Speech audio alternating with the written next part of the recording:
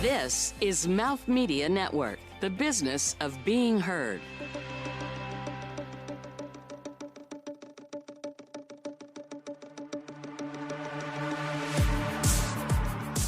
Hi, this is Mark Rako, producer of This Show Beauty Is Your Business. We'll be back soon with all new episodes, but this week we thought we'd bring you a previous episode that still has big value.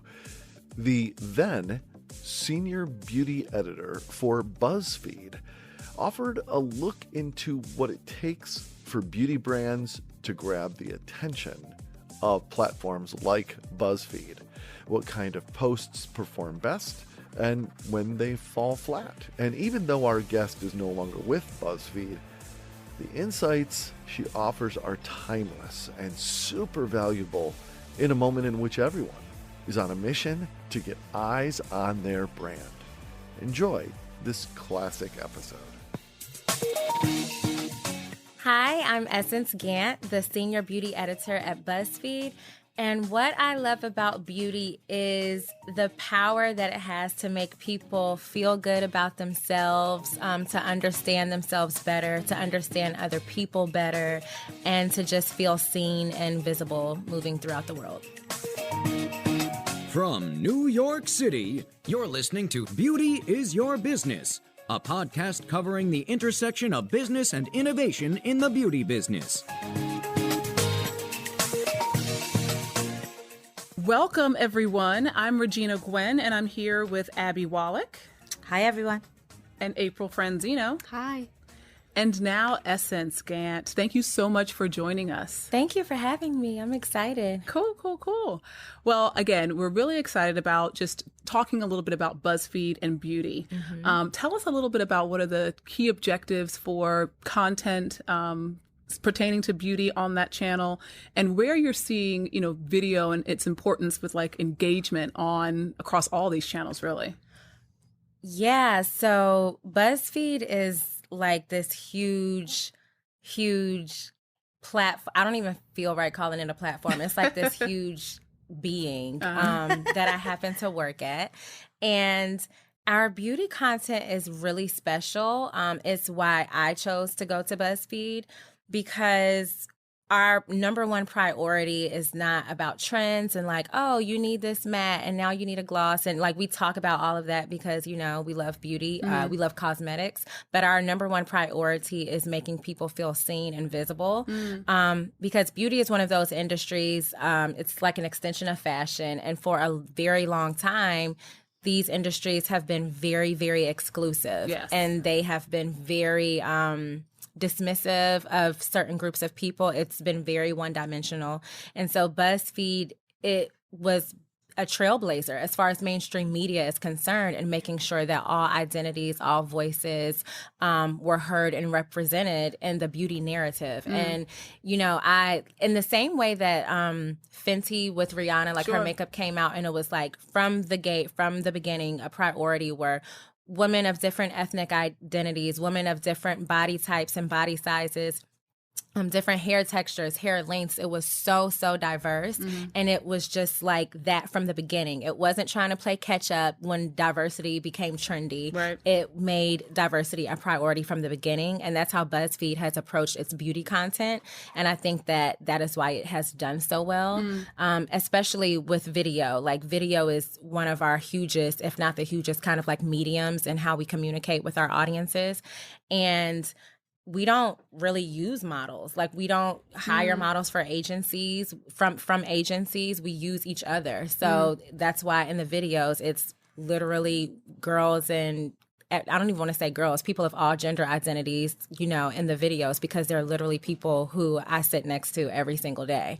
So it's just like fellow BuzzFeed employees get in front of the camera and start talking about whatever. And then people begin to know us and trust us, because if I go to an agency and I'm like, oh, try this new highlighter, well, it's gonna look good on a model who that's literally her job is to look good, which is, great, not taking anything away from that. But that is such a very, very small reflection of the population. So most people can't look at that model and get an actual accurate idea of what that product or that clothing, whatever, would look like on themselves. So we try to be, very, very broad. And I think that's benefited us.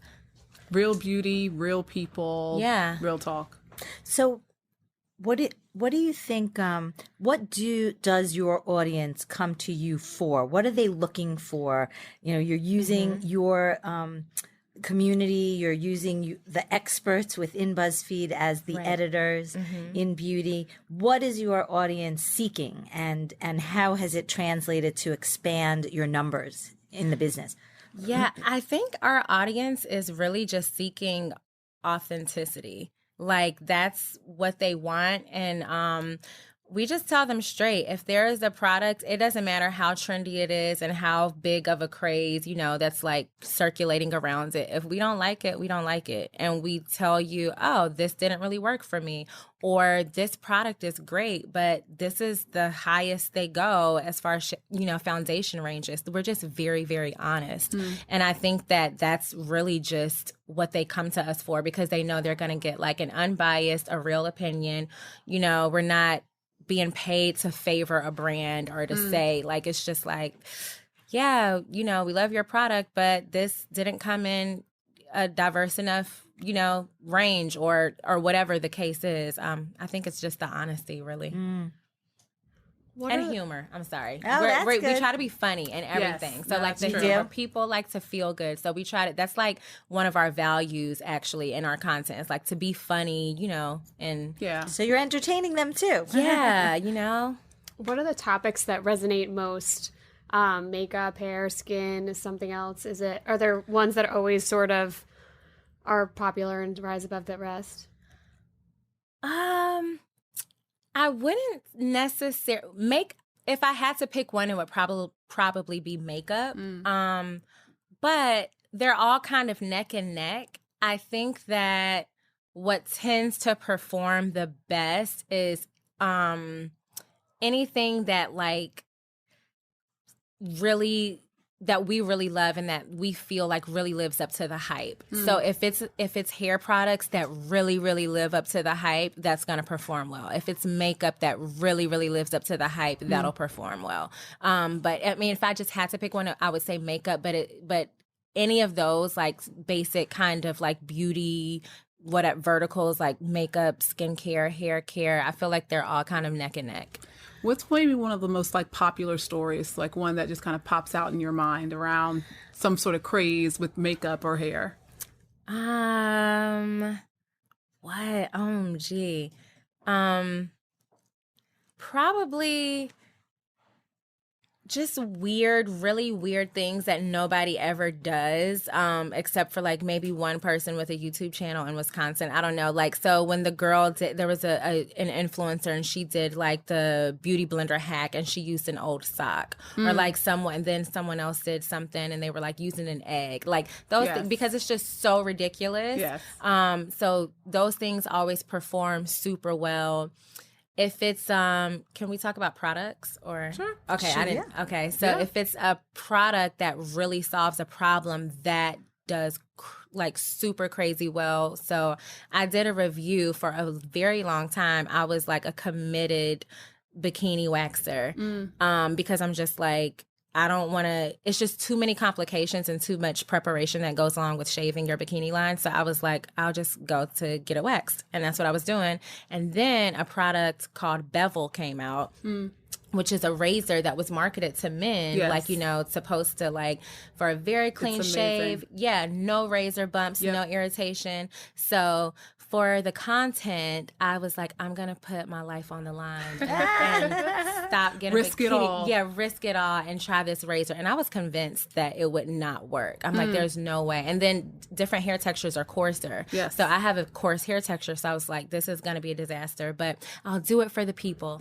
And I did it. I did it. And that was, oh my God, I did that story in maybe 2016.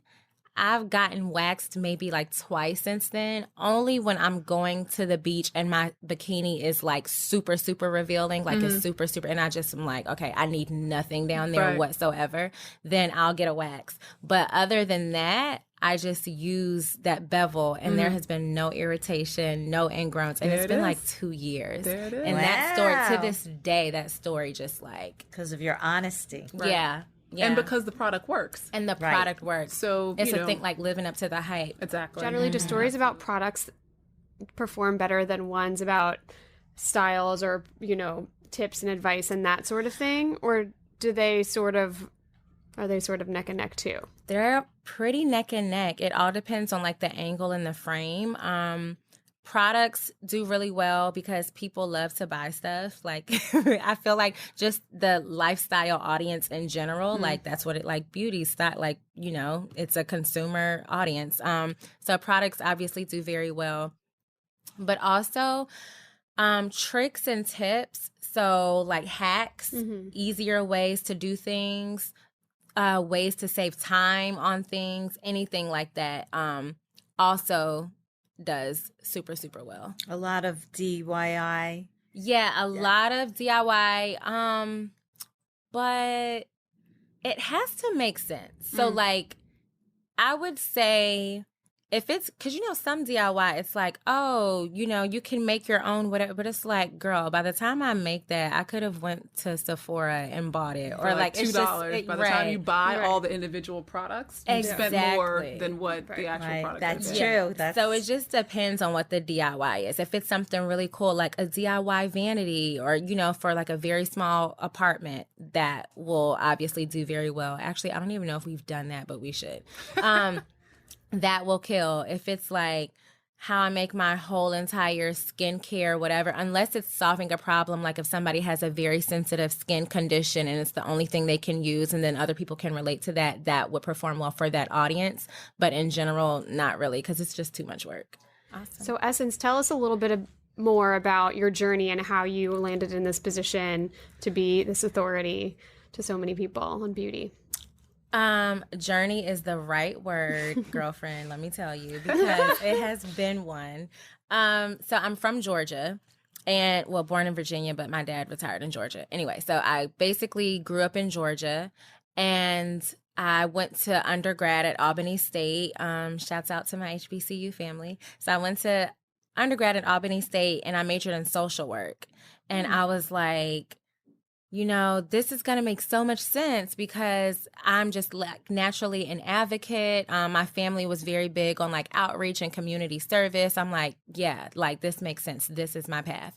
And then I started like interning in undergrad, and my last internship was at a child advocacy center.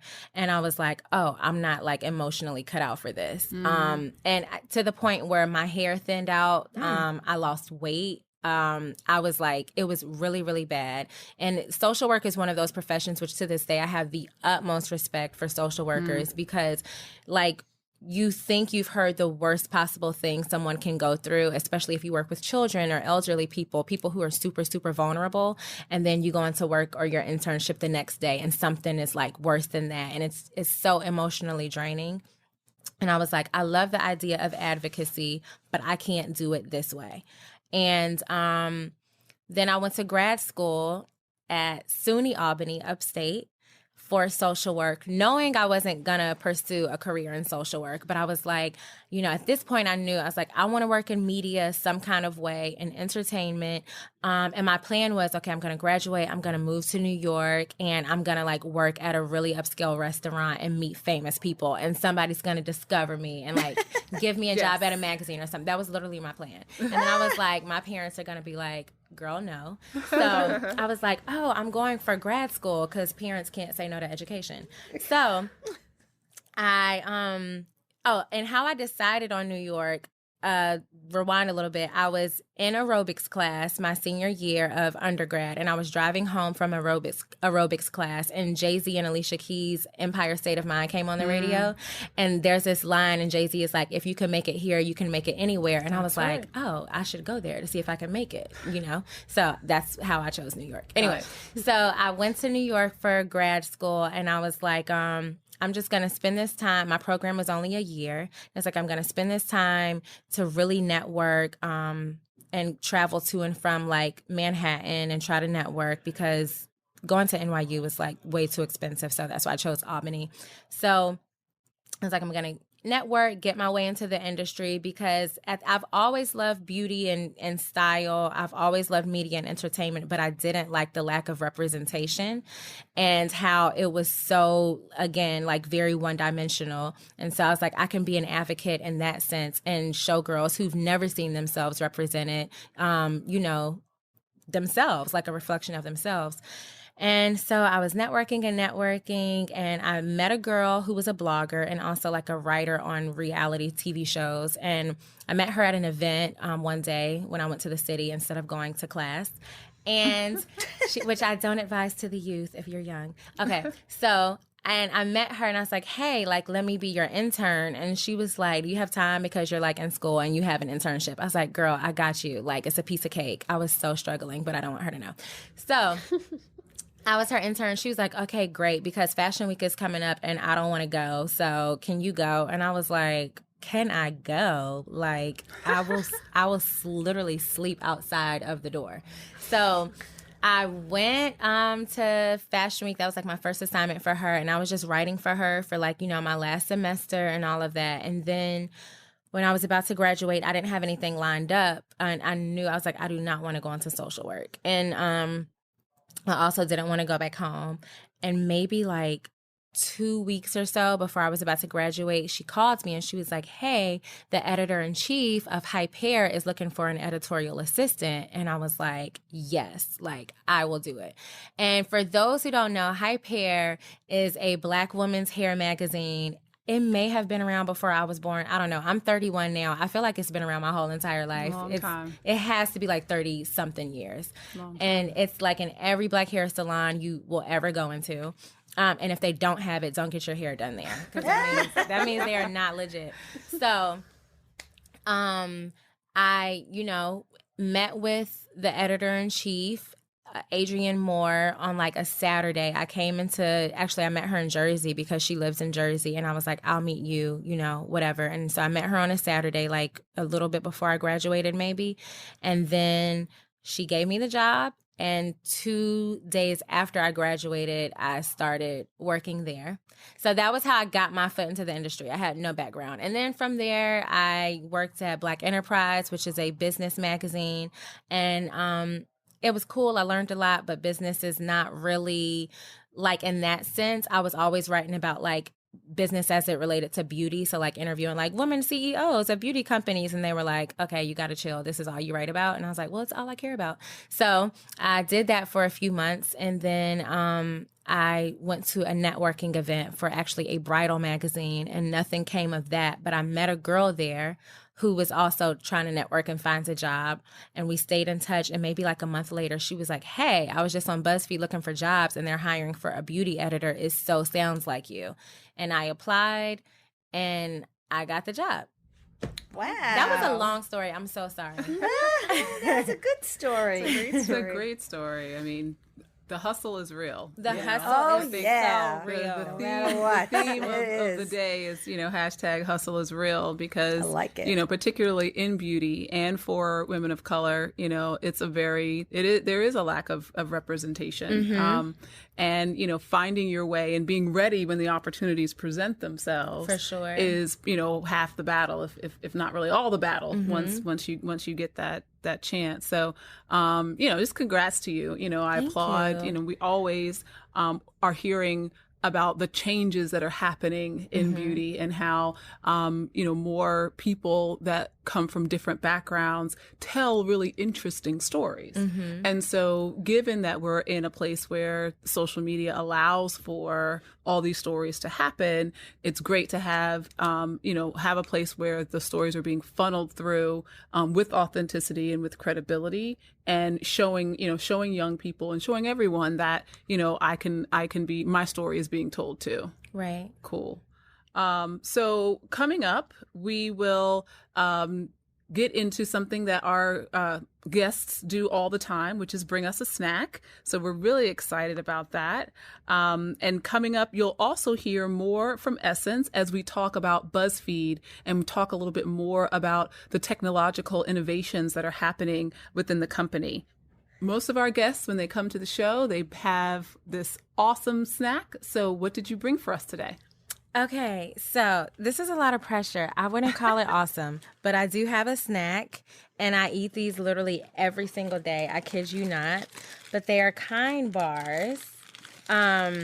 Today's flavor is coconut chocolate chip. This is what Oh my gosh, yeah. I've been eating these maybe a week or so. This flavor. The week before I was eating the peanut butter flavor. Yeah. But so I'm always at my desk. And we keep these in the office, and I always am like, you're at your desk, you're working, and then you're like, oh shoot, it's like 2:00 and I haven't eaten yet, which is like me all the time, which is not good. I need to work on it. So I'll go downstairs and I'll just kind of eat these to carry me over until I leave at 3 or order something at 3 to eat. So, but I really like them because they make me full.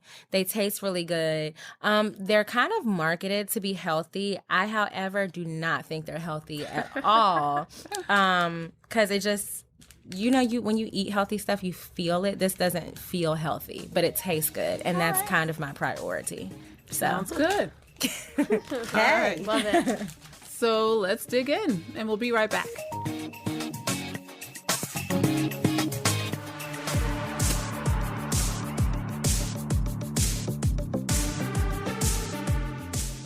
Trial. I'm Jessica Quick of Buzz Beauty, and I am with Denise Dente today. Hi, Jessica. What are we buzzing about this week?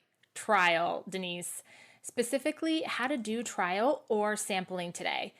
We know consumers want to try before they buy. They really do, and it makes total sense. And brands also want their target audience to get the product. Once they have it in their hands, they know they're going to fall in love and want to make that purchase. I know exactly where you're going with this. It really is important to trial product and let the consumer sample it.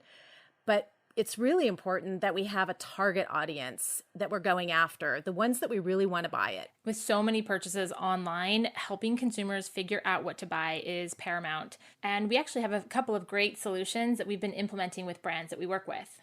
Oh, you're talking about the paid trial program that we've been implementing.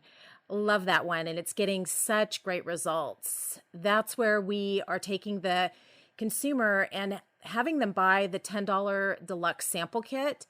And then when they receive the sample packet, they actually get a product promotion code and they get that $10 back towards the purchase of full-size product. It's working really great. It's a great one for brands that also have a lot of options. So if you have lip colors or fragrance or foundation shades, as an example, consumers want to be able to find the one that they want, and then the ability to redeem it with that credit allows them to be able to get exactly what they want. Another one I was thinking of was our brand buddy system. It's our internal word, but where you partner up with another like-minded brand that has that same target audience, and then you slip a sample into their shipments heading out to their customers. It's a great value add for your buddy brand because while that shipment's going, that customer gets some additional great samples, but you also get in the hands of some new customers that maybe would not have found you. And really important to add that credit voucher because that does incentivize the consumer to pop online and actually go and buy the product. Oh yeah, great add-on. If you're looking for more marketing or sales ideas, or you want the steps to success for the programs that we talked about today, come follow us on LinkedIn at Buzz Beauty, or check out our blogs on our diary page at buzzbeauty, BEAUTE.com.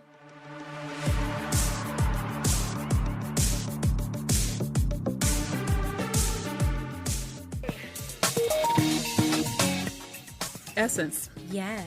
Where do you see content going for BuzzFeed, particularly within the beauty space? Well, great question.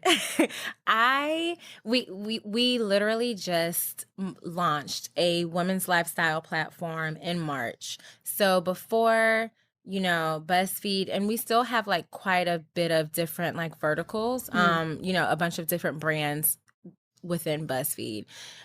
As far as beauty and style were, we had, oh my gosh, maybe 5. So there was BuzzFeed Style, which also included beauty, and then there was Top Knot, and there was Boldly, and there was, I know I'm forgetting some, I can't remember them all.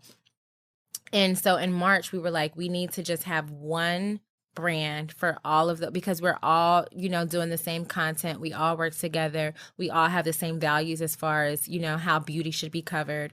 And so we launched a platform called As Is, because we accept you as you are. Cute. That is cute. I like that. And so we had this, long brainstorm that lasted, I don't know, months and months and months. And, we launched As Is in March. And so we have the As Is YouTube, which used to be Boldly, but now it's As Is. We have As Is, the website. So, and you can still get to it if you go on BuzzFeed at the top. You can click As Is, or you can just go directly to As Is. I believe it's asis.co.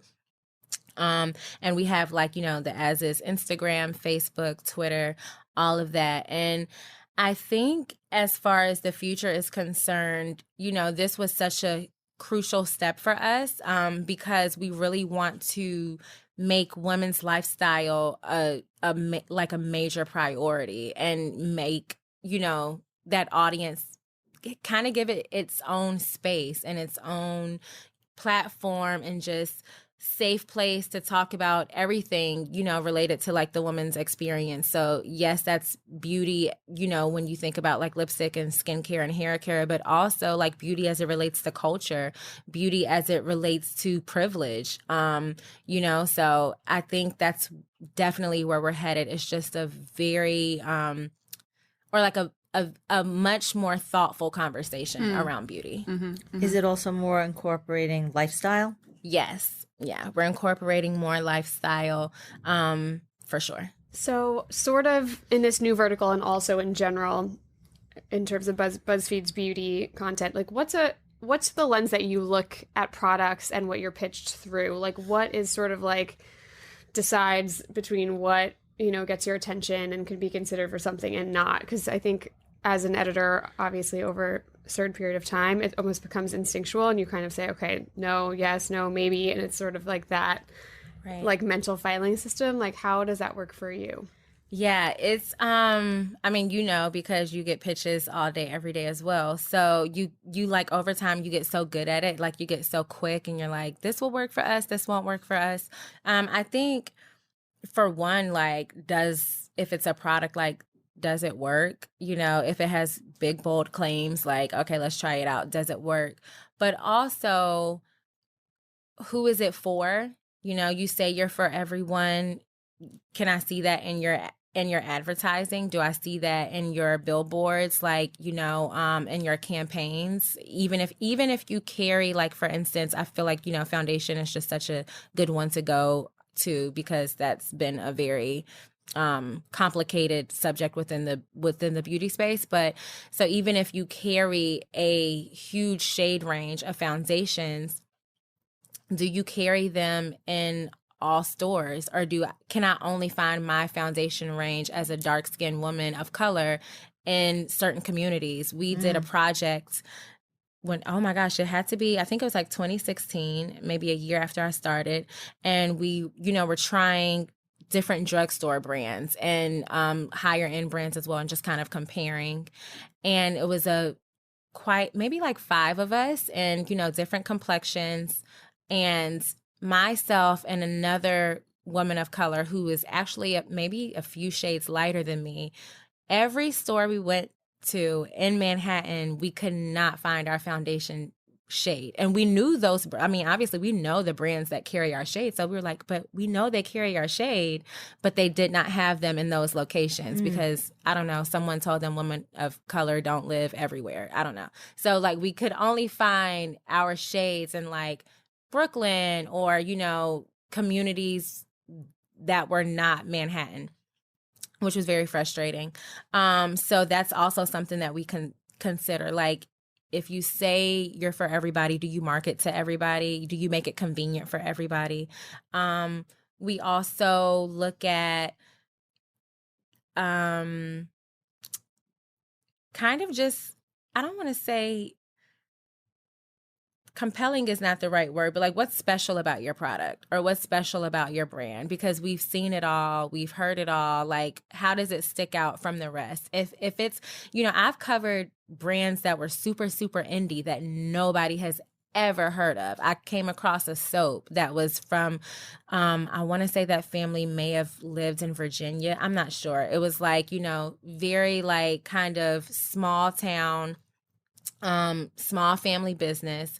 I found this, the business, by the way, is called Mule, M-U-L-E, Hell, H-E-L-L, trading company. And it's like this organic, you know, lotion and soap and all of those kind of products. And I found this soap at my sister's salon in Georgia because she was carrying it there for whatever reason. And I was like, oh, cool, I'll use it. And I fell in love with the soap. So I wrote about it. And then my mom started using it. And the lady and my mom actually now like are cool, which is weird. She's like, oh yeah, she texted me the other day. I'm like, what? This is like, y'all need to respect boundaries. BFFs. Right. But she texted my mom and she was like, oh my gosh, like, so grateful for Essence's article. Like, we've been in this business for years and years and years. Now we have customers literally all over the world. We were able to buy like a new property. Oh, that's so great. That's a great story. It was insane. That's awesome. Yeah. And, you know, women-owned business. And love that. Yeah. So that was a case of just like, oh, this, you know, small indie brand, and no, it doesn't come in this fancy packaging, and, you know, it's not necessarily Instagrammable, but it works and it's really, really good. And it's organic. So, getting on the radar with product that's relevant, that's credible, that works, that tells a story, that's different, that's special, that's unique, inclusive. For sure. You know, that all of those things makes good business sense. It makes good business these sense. aren't things that are necessarily out of the ordinary. It's not outlandish to ask for them, but, you know, it is interesting when you're able to discover something and, you know, it really does live up to the hype, and then in turn, you know, is able to be a game changer for a business. Has there ever been a time when there was a product that fell flat, or content that you created that you were surprised that like the engagement wasn't there, that you thought this was going to be the story or like the product of, you know, the season, and when you shared it and when, you know, folks found out about it, they were kind of like, Definitely times where stories just fall flat. Okay.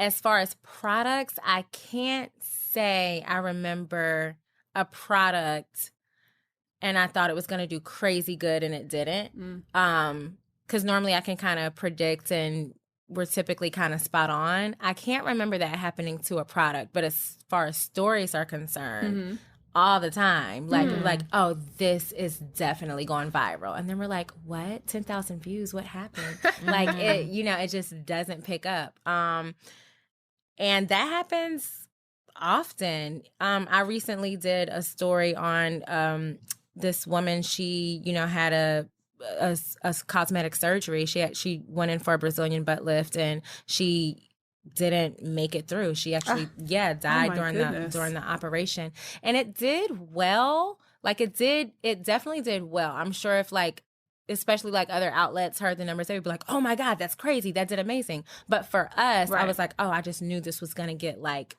2 million views and it didn't. So there are definitely times like that where you just, you know, you think you've got the audience nailed. You're like, oh, this is going to kill. They're definitely going to care about this. And they're like, actually, we kind of don't. I think it also, though, depends what's going on in the world at the moment, because you can, you know, something might happen and then everyone scoops it because and then the algorithms, things change around. So sometimes it may not even be being seen as much, right? Yeah, I think the timing comes into it. So much. Timing is everything. And especially right now, like there's so much happening. So much going There's on. too much going on. Like, you know. Crazy. It's noisy. It's like every single day. And, you know, I respect everyone's politics, but because of the current climate, it's just always something. I'm like, did he tweet something again today? This is why my story is not doing well. Like, you know, and it's just getting in the way. He's always in the way. Always in the way. I don't know what time when he's I'm like, you're messing with my traffic, dude. Like, put your phone down. Yeah. So, you know, we have that and because BuzzFeed is not just women's lifestyle, we have news, and you know our news platform is huge, so we're all coming out of the same outlet and being promoted on the same platform. So if we have a story, no matter how great it is and how viral it may have went on one day if, you know, the president tweeted something crazy or whatever, then we have to compete with that because BuzzFeed is also covering that. So what are the stories that you love to tell? Ooh, to be quite honest, the stories that I love to tell have so little to do with beauty and the way that people may think about it.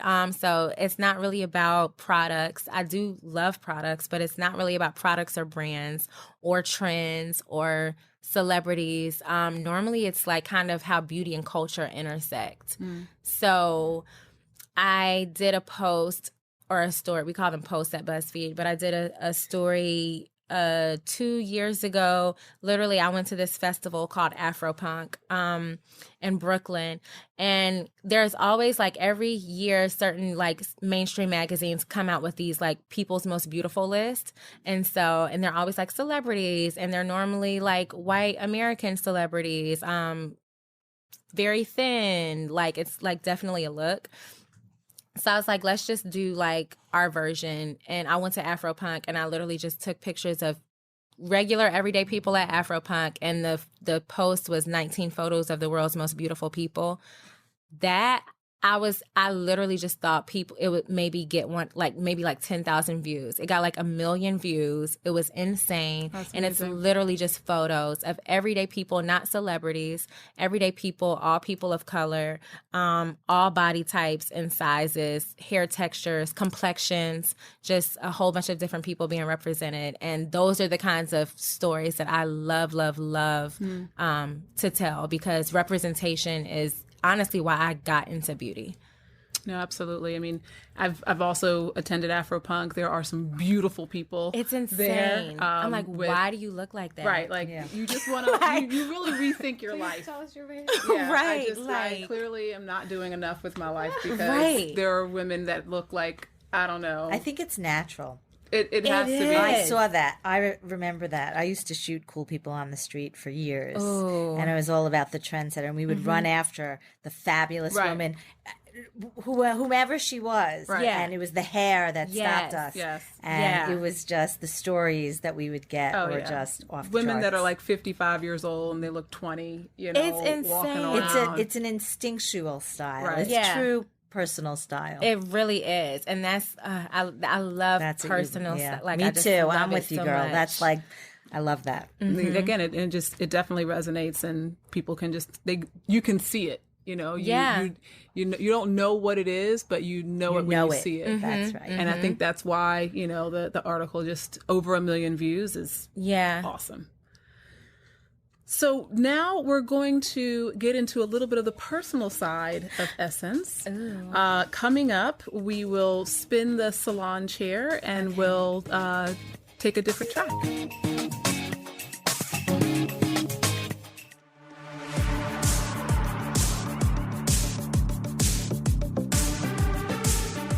Have you taken a look at StoryDot yet?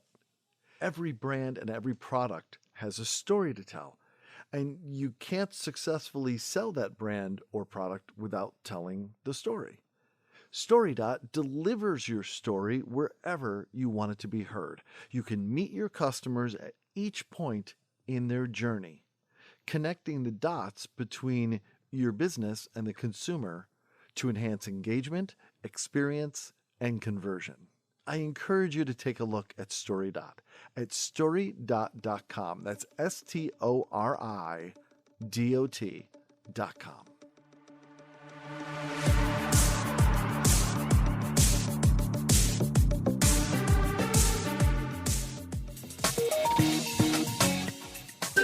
And now it's Hitting the Pan. Okay. So we're now at the part of our conversation where we hit the pan. Hitting the pan is when you have your favorite makeup, your favorite eyeshadow, and you've used it so much that you can see the metal part and you're still scraping the last little bit of color out of it because you just love it so, so much. So we hit the pan with all of our guests because we really appreciate your time and we want to learn more about what is that thing that you love. So in order to decide who goes first amongst our co-hosts, we spin the salon chair, and whoever it lands on goes first. So let's take a spin. And it lands on April. All right. So, Essence, I can't help but notice your amazing earrings and nails. They're super bold and stand out. So, what is the one accessory that you love that you feel is like so true to who you are that you couldn't live without? Oh my gosh, big earrings. Like big that like I have on these 3-dimensional square, I don't know, geometric wonders right now. Geometric wonders. From actually I want to say she may be based in Brooklyn. I'm not sure. It's Beads by Ari, Beads by Ari, Aree. And she found me on Instagram. And well, I've actually featured her brands quite a few times on BuzzFeed. And so she was scrolling on my Instagram and she's like, I saw that you're always wearing big hoops, which I am, like all the time. And she's like, so I made you some earrings. And she sent me like a package of all these cool, crazy, huge earrings. But yeah, like big earrings, big hoops. Like I cannot live without them. Love it. Love it. And we'll spin the salon chair again, and it falls on me. So, Essence, we've been talking a lot about beauty, technology. What is the one app that you can't live without on your phone? That's so hard. Okay, it's between Uber and Instagram. So I don't believe in like walking in the rain or like, and okay, so I live in Jersey. And I take, New Jersey Trans, and my commute is like 30 minutes into Penn Station. And normally, I just walk to work. It's like a 20-minute walk. It's like, good way to like clear my head before I get into the office. But if it's like too cold or like super rainy, I just pull out that handy dandy Uber app and, let someone take me to my destination. Because I'm a Southern girl and because I live in Jersey, I'm not really used to like the subway. So I can take it, but it's like, it has to be so far and I just don't want to pay the price. But if I can get a ride for like $10, I'll suck it up. Because I'm not a big fan of the subway. And Instagram because like, I just love it. It's pretty. Done. And last but not least, the spin of the salon chair lands on Abby. So tell us a little bit about the personal style, the essence of your personal style. I see what you did there, and I am here for it, just so you know. Very Go, clever. girl. Go. Yeah. My personal style is it varies. So, like, there are some days I'm super, super, like, stereotypically girly, like feminine, like pink and frilly and lacy. And then there are some days where I'm, like a little bit more edgy.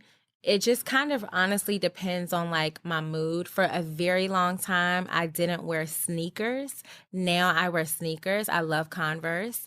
Yeah, it just depends. I like right now my nails are like super blinged out with stones everywhere.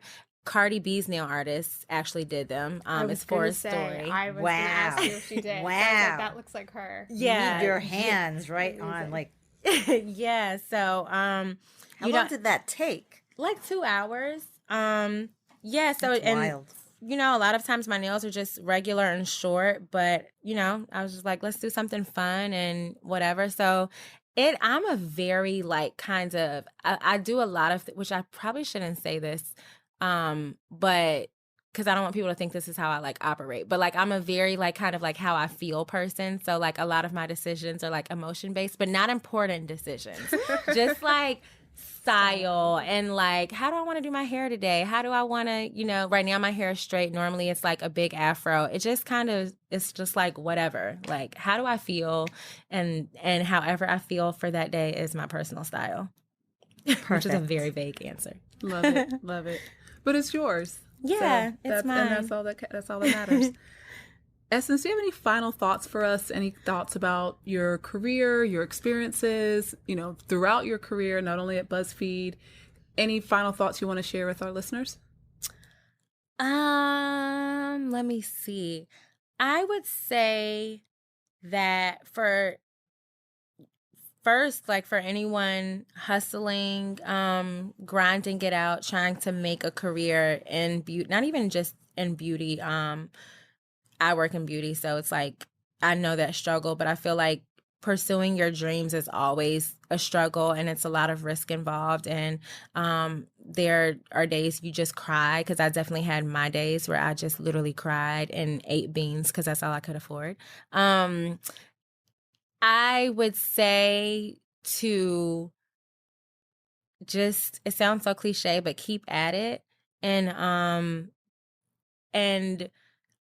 what helps me a lot is I try to keep everything in perspective, and I try to do a lot of reflection. So, things are great right now. I love where I'm at and everything is great. But things weren't always great. And at those moments where I was just like really low and super exhausted, because hustling makes you very, very exhausted, I would try to reflect on where I was like a year ago or 6 months ago.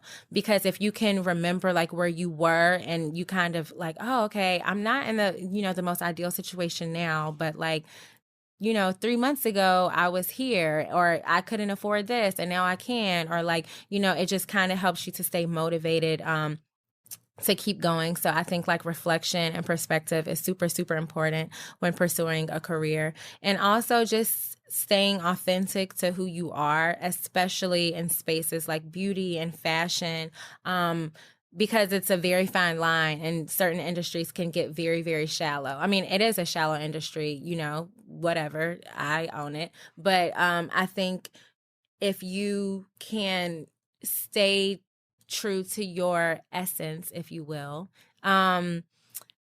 it'll help you to not feel so like kind of drained from everything and kind of emotionally exhausted. So there are going to be certain trends, and there will be certain whatever, like rules. Beauty has a lot of rules. Like, you can't do this, you can't wear that. Like, if you want to wear white after Labor Day, sis, do you. If you want to wear bright lipstick, you hear all the time like women of certain complexions can't wear this shade of lipstick. If that's what you want to wear it. And I think just kind of like the more that you're comfortable in who you are, and the more that you allow yourself to be the authority of yourself, and not a woman's magazine or outlet, not a beauty editor like myself, like the more that you take ownership of who you are and how you want to navigate through the world, I think it's just the healthier for your sanity and your peace of mind. Well said. Beautiful. How can our listeners get in touch with you? The best way is probably via Instagram, because I'm horrible at checking everything else. So you can find me on Instagram. My handle is THE Essence, ESSENCE of _ And yeah, you can find me on there, and I respond to DMs and stuff all the time. Sounds good. Well, Essence, thank you so much for joining us. We've had a great time talking about all things beauty. Thank you to the audience. Really appreciate you guys hanging out with us. Thank you to my co-hosts, for Abby Wallach. Great to be here. And April Franzino. Thanks for having me. I'm Regina Gwen, and it's been real, it's been fun, and it's been real fun.